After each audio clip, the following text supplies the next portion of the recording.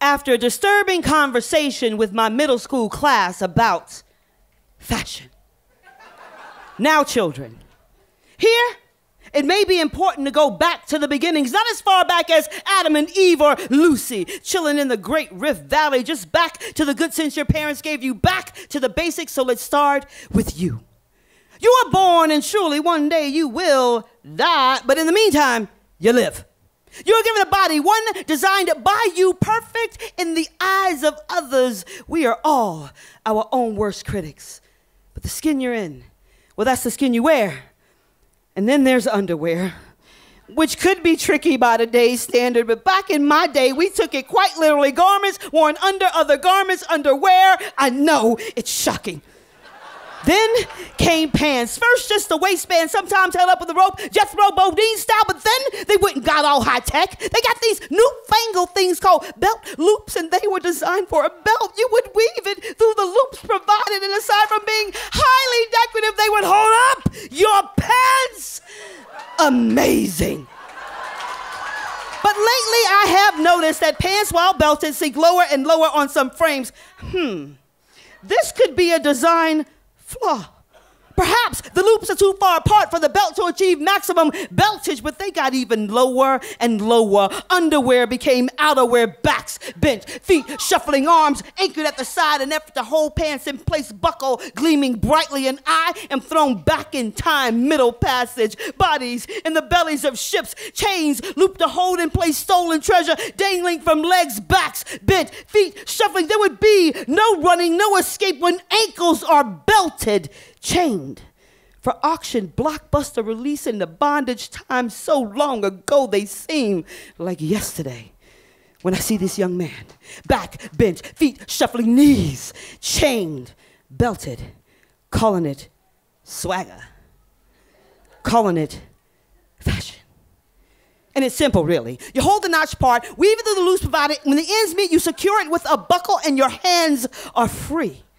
Your back, it's straight. Your steps, they are steady, and you don't fear running, because if the belt is used properly, you know that you can. Head held high, swagger intact. Now, babies, that's fashion.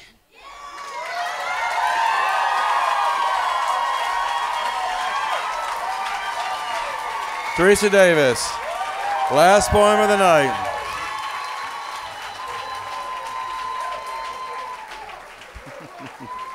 All right, hold them up. One more. Thank you, judges. We appreciate it. Let's see where this goes. This is going to be close. An 8.9. 9.6. 9.7. 9.7. 9.7. Whoa. 29.0. A 29.0, Theresa Davis wins it. Poets, come back up on stage. Come up on stage, poets. Poets, come up on stage. Rachel, get up here. Rachel, poets, come up on stage. Come up on stage, please. Poets. Theresa, come up here. Rachel, come up here, poets. Ed, come up. Come up on stage. Come up on stage. Come up. Chris, all you guys come up here. Those of you, all of you, everybody.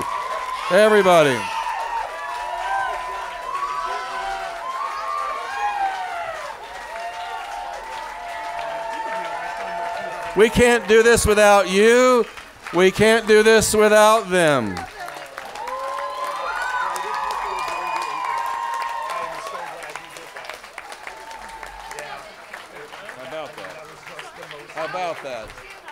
I want to say one thing. While I have these poets on stage, I do want to lift something up tonight. I said this is really unusual. We've done 39 slams here.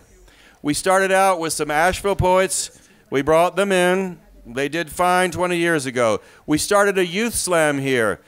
This woman right here, if you haven't figured it out, is one of the youth slammers. She's still in high school. She's 18 years old. Nobody has ever come up this far, this strong out of that group. She's the first one competing at the absolute national level, tying for first place. And she came in second, 0.4 of a point behind the champion, Theresa Davis. So so Rachel, you know, congratulations. She told me earlier, she said, what did you say you'd been sitting here since? Would you just say something? Just say something. I just want her to be recognized. I have to do this again, Jesus. Just say hello to your. Yeah, basically I was just telling them all that I've been sitting here coming to Leaf since I was 15 and watching these poets, and I thought to myself, I was like, I could do that. I mean, I could be on that stage one day. So, thank you to these guys. They're amazing, and I'm honored to be up here with any and all of them. Thank you, Rachel. Thank you, poets.